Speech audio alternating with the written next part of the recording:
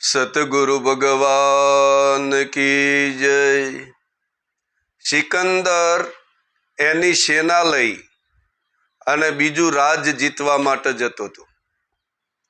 વચ્ચે એક સંત બેઠેલા ઝાડની સોયામાં, ફક્ત સાલ વેટાડીને જ બેઠેલા અને સંત તો મોજમાં હતા। કારણ કે સંતની મોજ એટલે કોઈ કહી શકાય એવી નહીં, એવી મોજ।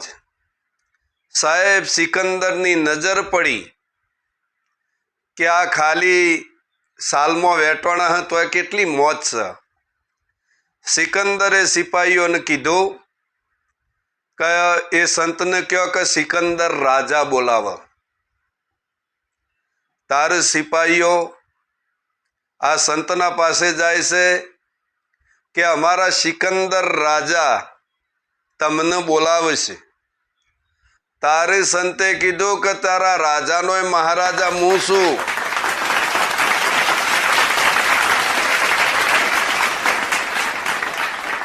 કારણ કે આ જે છે ને મારે કોઈ જરૂર નહીં, તારા સિકંદરની મારે કોઈ જરૂર નહીં, મારે કોઈ આ શક્તિ નથી, મારે કશું લેવું એ નહીં। જા તારા સિકંદરને કહી દે કે જરૂર હોય તો ત્યો આવે, નકર મારે કોઈ જરૂર નહીં।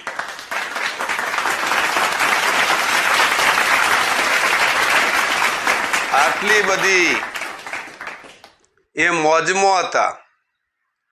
જ્યારે સિપાહીઓ સિકંદર પાસે ગયા, સિકંદરને જઈને કીધું કે એ તો એમ કહે છે કે તારા રાજાનો મહારાજા હું છું।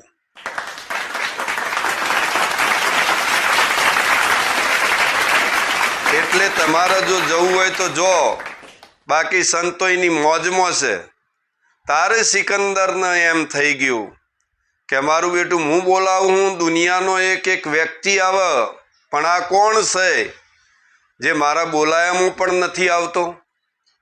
સિકંદર રથમાંથી નીચે ઉતરી અને સંતના પાસે જાય છે।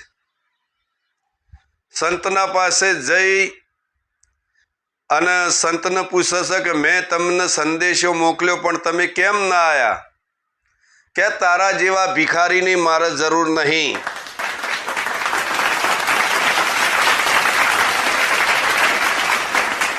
સિકંદર કે હું ભિખારી છું? કે આ ભિખારી જ છે ને। આટલું બધું હોવા છતાંય તું બીજા રાજ ઉપર ચડાઈ કરવા જોઈ છે, તને સંતોષ નહીં, તારા જેવો કોઈ ભિખારી નહીં, અને તારા પણ જે છે ને એ તારા હંગાતી આવવાનું નહીં। સાહેબ અમૂલ્ય ધન તો તારી પાસે છે નહીં, જે જ્ઞાન મેળવવા જેવી હતી એવી બાબત તો તે મેળવી જ નહીં। તે ખાલી રૂપિયા અને પૈસા જ ભેગા કર્યા છે, સંપત્તિ ભેગી કરી, રાજપાટ ભેગો કર્યો, પણ સ્વરૂપનું જ્ઞાન તે કદી લીધું નથી। માટે તું ભિખારી છે અને એક દિવસ તારા મેલીને જવું પડશે। તારે સિકંદરને વિચાર આવ્યો કે મારું બેટું વાત તો સાચી છે, અને પછી સંતને એક હોય આપી કે એ સિકંદર, જ્યારે તારો દેહ છૂટે ને એટલે આ હોય અધ્ધર લઈને આવજે। સાહેબ આટલું થયા પછી સિકંદરને વિચાર પડી ગયો। સિકંદર જાય છે, રાતે વિચાર કરે છે કે આ પૈસાના ઢગલા, આ સંપત્તિ મારી સાથે આવે એવી નથી।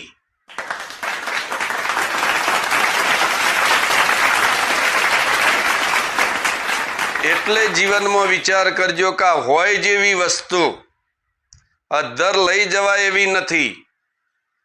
પણ હવે શું થાય? સિકંદરને બહુ પસ્તાવો પડ્યો। કારણ કે એવો પસ્તાવો પડ્યો કે જીવનમાં કરવાનું તું એ તો ના જ કર્યું, જે નહોતું કરવાનું બધું કર્યું।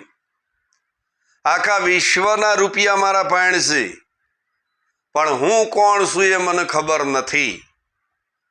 તારે સિકંદરે રાજમાં વાત કરી કે જ્યારે મારું આ શરીર છૂટે એટલે ઠાઠડીમાંથી 2 હાથ બહાર કાઢજો, એટલે આ જગતને સંદેશો થાય કે આટલું બધું હોવા છતાંય કશું લઈને જતો નથી.